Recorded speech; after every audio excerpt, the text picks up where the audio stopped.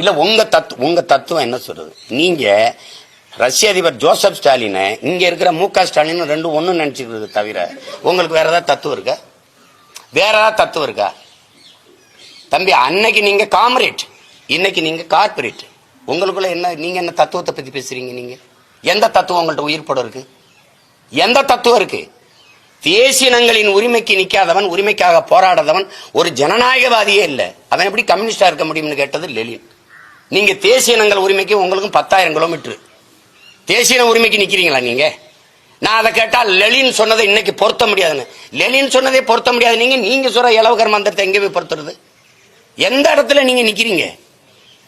மொழிக்கு நிக்க மாட்டீங்க, நிலம் வளத்துக்கு நிக்க மாட்டீங்க, அப்புறம் இனம் கிடையாது, இன உரிமை கிடையாது.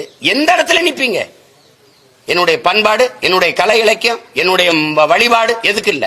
கலை இலக்கியம்னு ஒண்ணு வச்சுட்டு இருந்தீங்க, அது எங்க இருப்பா? அது எங்க? அதுவும் இல்லை.